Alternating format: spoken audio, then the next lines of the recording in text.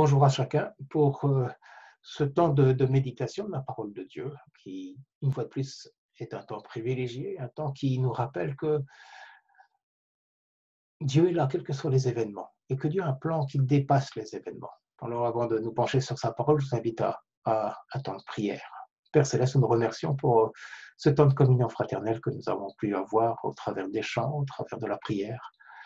Merci pour ce rappel tellement précieux, ce rappel du fait que nous existons, même si nous sommes à distance les uns des autres, nous existons en tant qu'Église, nous sommes une réalité que nous pouvons vérifier d'une manière tout à fait tangible, que ce soit au travers du téléphone, au travers des communiqués ou des communications en vidéoconférence, quels que soient les moyens que tu nous donnes pour pouvoir vivre cette communion, Père, elle est là, elle est présente.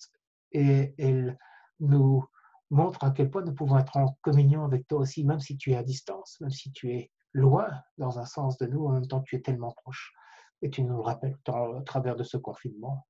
Tu nous rappelles avec tellement de force au travers de ta parole, au travers de ces moments de prière que nous avons avec toi. Et nous nous réjouissons pour cela, Père. Nous nous réjouissons pour cette réalité que tu nous permets de connaître.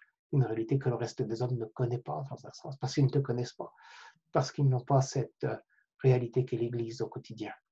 Alors, loué sois-tu pour ce privilège que tu nous accordes. Conduis-nous maintenant dans la méditation de ta parole, parle-nous, Père.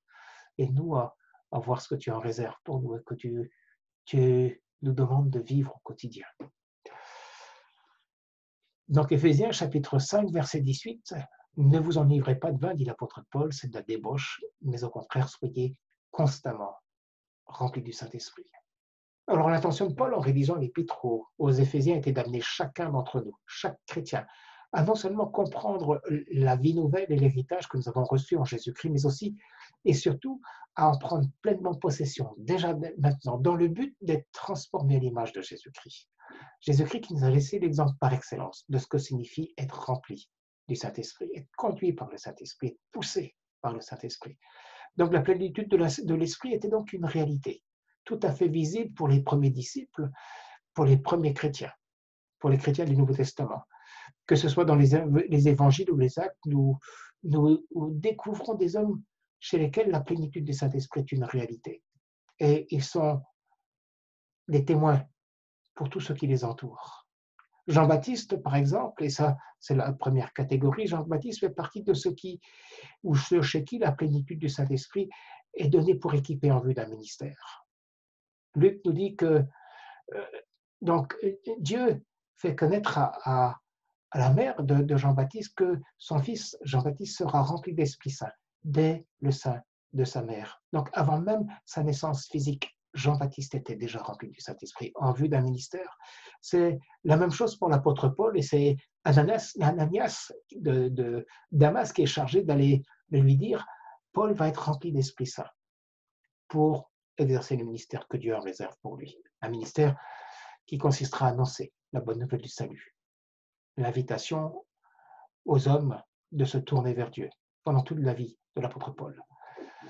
D'autres sont remplis d'Esprit Saint pour une tâche ponctuelle, comme c'est le cas de l'apôtre Pierre qui, alors qu'il était rempli ou qu'il avait été rempli d'Esprit Saint le jour de la Pentecôte, est à nouveau à plusieurs reprises rempli d'Esprit Saint. Et on voit ça dans Actes chapitre 4, verset 8 ou encore au verset 31, lorsque l'apôtre Pierre, rempli du Saint-Esprit, s'adresse au Sanhédrin.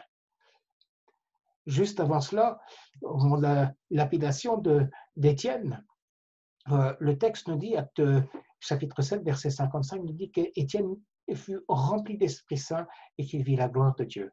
Et Jésus debout à la droite de Dieu. Donc, une expérience particulière, une expérience qui renouvelle la communion avec le Saint-Esprit. Donc, ça n'est pas quelque chose de continu, c'est quelque chose qui vient encore et encore et encore pour amener l'homme à se rapprocher de Dieu, connaître la communion avec Dieu. Enfin, il y a chez ceux qui la communion, la plénitude du Saint-Esprit est une caractéristique normale. C'est le cas des diacres qui sont élus à Jérusalem dans Acte 6, dans les versets 4 à 5, et qui devaient être caractérisés par le fait qu'ils étaient constamment remplis du Saint-Esprit.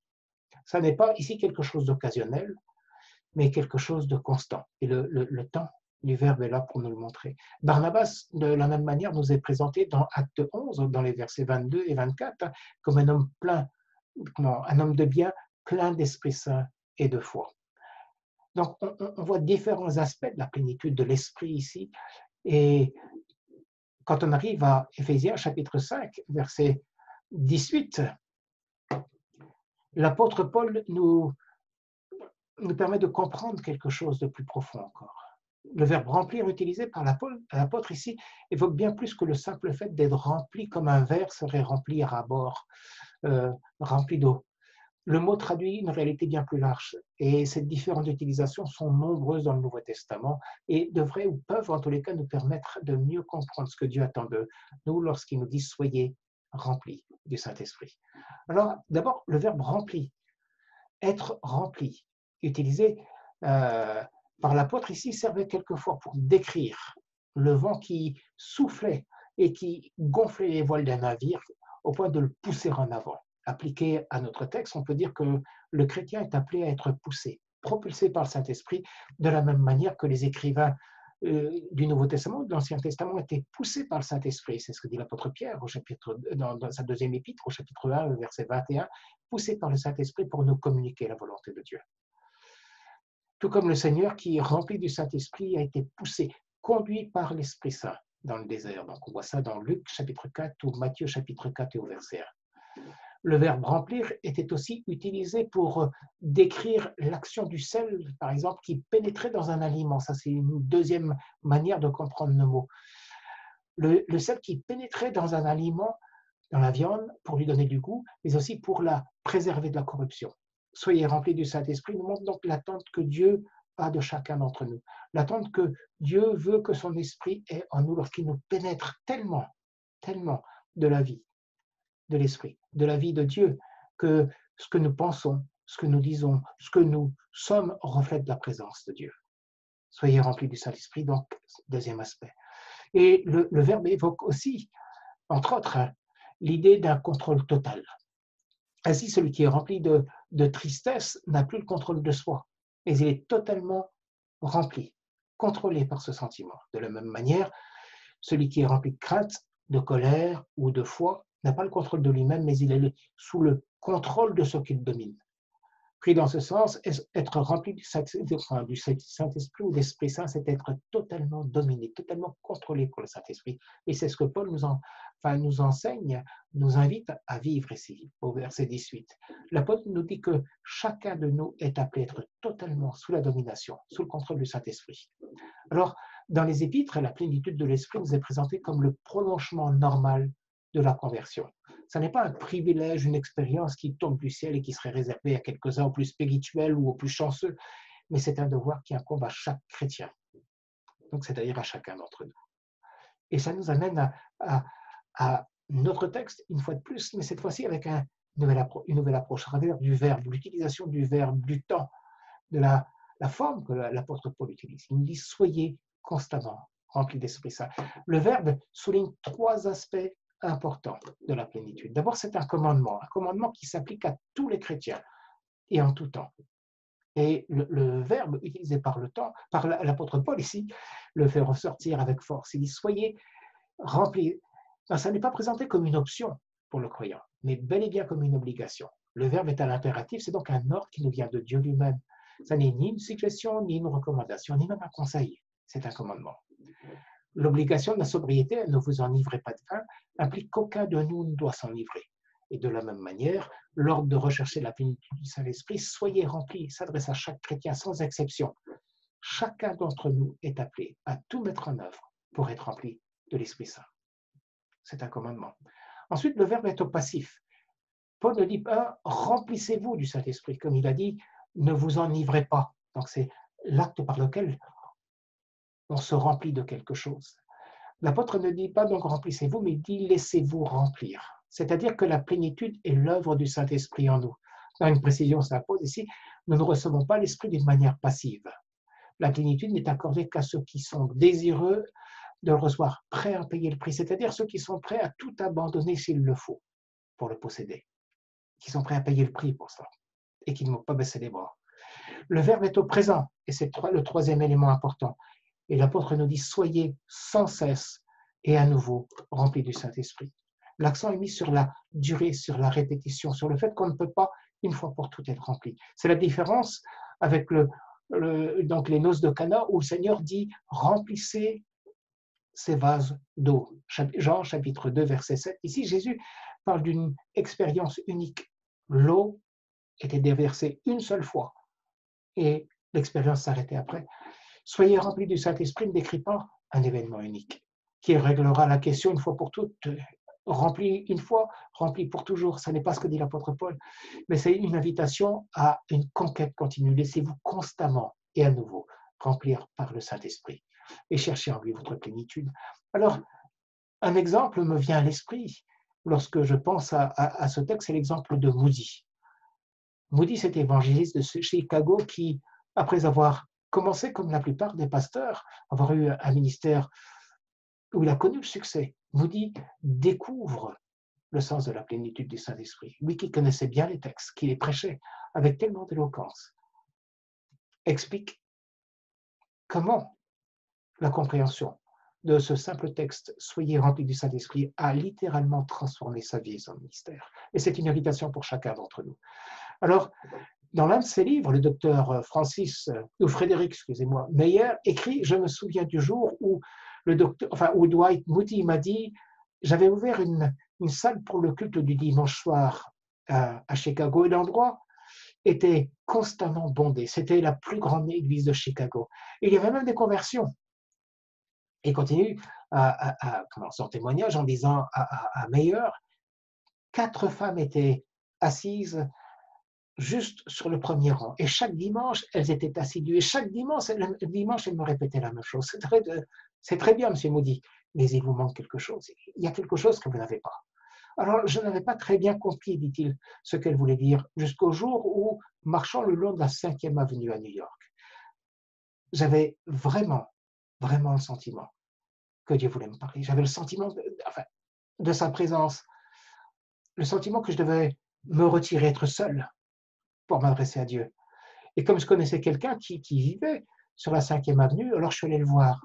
Et je lui ai dit, j'aimerais vraiment avoir une pièce dans votre maison, une pièce pour être seul. Alors l'homme, dit-il, m'a donné une clé, je suis rentré dans l'une des pièces. Là, je me suis assis sur le canapé. Et là aussi, j'ai ressenti la présence de Dieu. Mais quelque chose me manquait. Alors je me suis mis à genoux, dit-il. Mais là, il manquait encore quelque chose. Alors je me suis allongé, je me suis humilié, je me suis répandu sur le sol et je me suis répandu dans la prière. Et j'ai supplié Dieu de me remplir de son esprit. Alors, Moody continue son récit en disant, donc à Meyer, le dimanche suivant, quand je suis revenu à Chicago, les vieilles dames étaient là. Mais cette fois-ci, elles riaient pendant ma prédication et elles pleuraient à la fois. Et après, elles m'ont dit, oh, Monsieur Moody, cette fois-ci, vous l'avez. Alors, dans sa biographie, quelques années plus tard, décrivant sa rencontre avec les fameuses dames, Moody précise, je leur ai demandé de m'expliquer ce qu'elles voulaient dire par le fait qu'il me manquait quelque chose. Et quand j'ai compris, alors, nous nous sommes mis à genoux.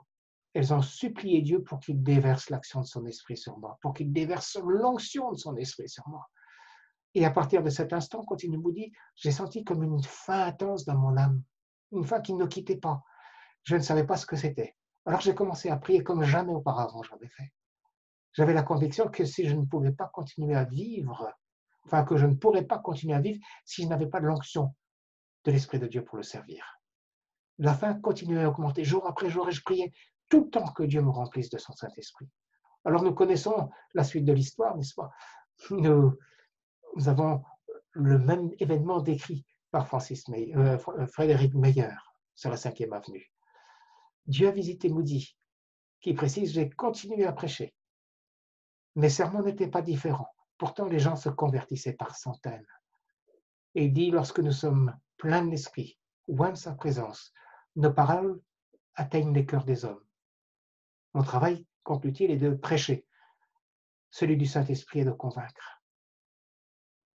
Mieux vaut une journée remplie de l'onction de l'Esprit qu'une année de prédication sans lui. une année de vie chrétienne sans lui. Quel message! Au travers de ces femmes, Moody a entendu le commandement du Seigneur, un commandement qu'il connaissait, un commandement sur lequel il avait probablement prêché, mais qu'il n'avait pas encore compris. Laissez-vous constamment et à nouveau remplir de l'Esprit. Cherchez constamment sa plénitude. Est-ce que nous pouvons dire que la plénitude de l'Esprit caractérise nos vies? Est-ce que nous avons un Saint-Esprit qui a étanché notre soif au point que nous sommes en paix, que nous sommes remplis de sa présence lorsque nous lisons la parole, lorsque nous prions, lorsque nous parlons aux hommes, ou est-ce qu'il nous manque ce quelque chose qui fait que, comme vous dites, nous avons encore faim, nous avons soif de sa présence? Est-ce que nous allons prier Dieu de nous visiter, de déverser encore sur nous son esprit, pour qu'il nous transforme à l'image de notre Seigneur, pour que dans ces temps de confinement où les hommes sont terrorisés par ce petit virus qu'ils ne voient pas, mais qui occupe toute leur pensée, est-ce que nous allons prier pour que Dieu nous transforme à son image et que, comme dans le cas de Moody, il nous remplisse de sa présence au point que quand nous allons parler aux hommes, ils recevront la paix, la vie nouvelle, la sécurité que Dieu les a entendus, que Dieu leur a répondu, que Dieu est venu habiter en eux, que Dieu les transforme à son image jour après jour, jusqu'à ce qu'il nous rappelle dans sa présence pour l'éternité. Je vous invite à prier. Père Céleste, nous nous remercions pour ce rappel au travers de ta parole, ce rappel que tu as prévu pour nous bien plus que ce que nous pouvons imaginer.